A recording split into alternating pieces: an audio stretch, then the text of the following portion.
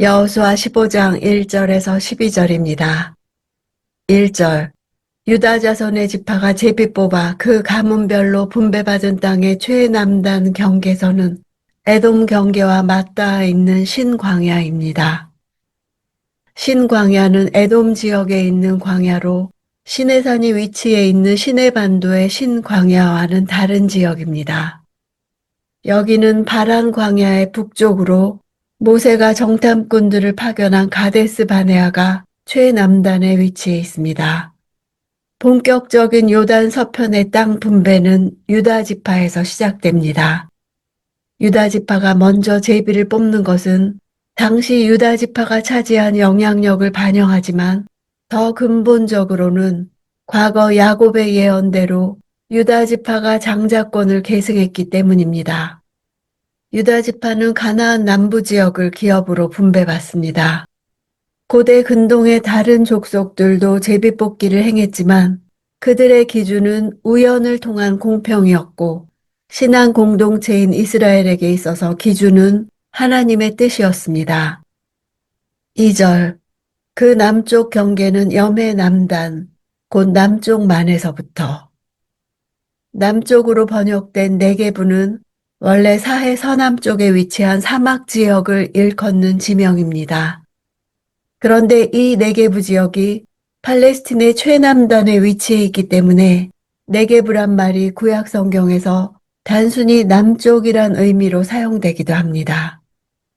유다 지파는 가나안 땅에서 가장 남쪽 지역의 땅을 차지했으므로 유다 지파의 남쪽 경계는 이스라엘이 차지한 가나안 땅 전체에서의 최남단이기도 했습니다. 유다의 남쪽 경계에 대한 묘사는 민수기에 묘사된 약속의 땅의 경계와 일치합니다. 3절 아그라빔 비탈 남쪽을 넘어 신을 지나고 더 남쪽으로 가데스 바네아로 올라가 헤스론을 지나고 아달까지 올라가서 길가를 빙 둘러 가데스 바네아는 사해에서 가까운 남쪽 신광야에 위치한 오아시스 지역으로 모세가 12 정탐꾼을 선발하여 가나안 땅으로 파송한 곳이기도 합니다. 모세가 이곳에서 정탐꾼을 파송한 이유는 가데스 바네아가 가나안에 진입하기 전에 가나안 땅이 바라다 보이는 가장 가까운 남쪽 지역이었기 때문입니다. 6절 그 경계는 베토글라로 올라가 베다라바 북쪽을 통과합니다. 그 경계는 르우벤의 아들인 보한의 돌까지 이릅니다. 보한의 돌은 유다 지파와 베냐민 지파의 경계를 표시하는 커다란 돌입니다. 가나안 정착 초기에 르우벤 지파의 일부가 이곳에 정착했던 것으로 보입니다. 유다의 북쪽 경계는 매우 자세히 소개되는데 그 이유는 유다의 북쪽 경계가 베냐민 지파의 영토와 맞닿았기 때문입니다. 따라서 유다의 북방 경계에 등장하는 지명들 가운데 상당수는 베냐민 지파의 남방 경계에 다시 나옵니다.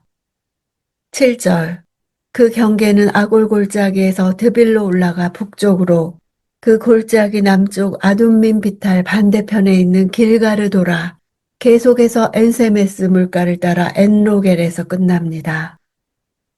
아골 골짜기는 아간이 처형되어 매장된 장소입니다.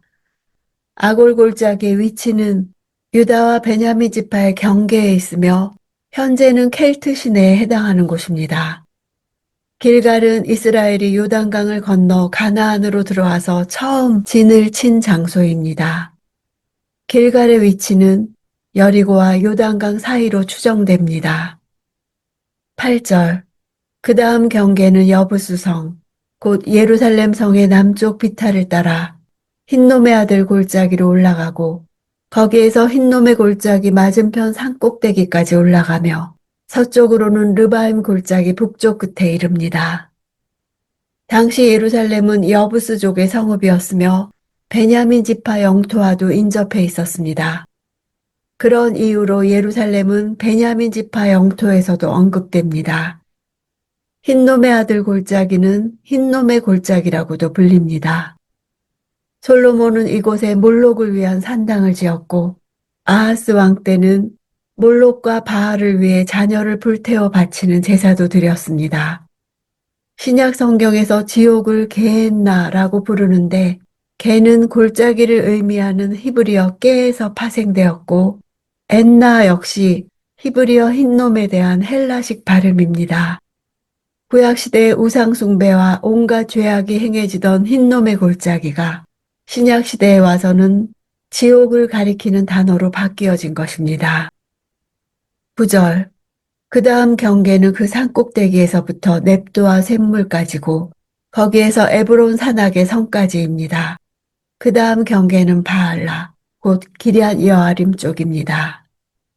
넵도와 샘물은 현재 예루살렘에서 남서쪽으로 4km 떨어진 곳에 위치한 리프타로서 아직도 좋은 샘물이 나오고 있어서 예루살렘과 그 주변에 물을 공급해주고 있습니다. 기럇 여아림은 자신들을 가나안 족속이 아닌 것처럼 속여서 이스라엘과 화친 조약을 맺은 기브온 거민들의 네 성읍 중 하나입니다. 그리고 이곳은 블레셋 족속들에 의해 빼앗긴 언약궤가 베세메스로 돌려보내진 후에 다윗 왕이 예루살렘으로 옮겨갈 때까지 머물렀던 장소입니다. 12절 서쪽 경계는 대해의 해안입니다. 이상은 각 가문별로 받은 유다 사람들의 주의 경계입니다.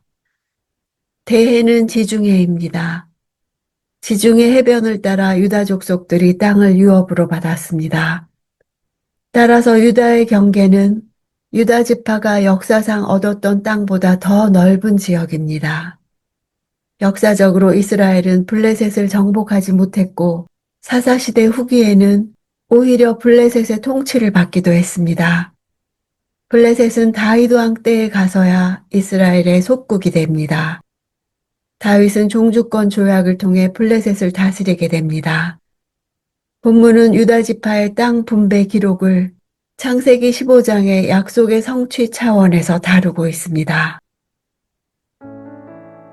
땅 분배에서 개인으로는 갈렙이 첫 번째이고 지파로는 유다 지파가 첫 번째인데 갈렙도 이방인이요 유다도 야곱의 넷째 아들입니다. 장자가 아닙니다. 하나님이 주시는 기업은 세상의 고정관념대로 받는 것이 아닙니다.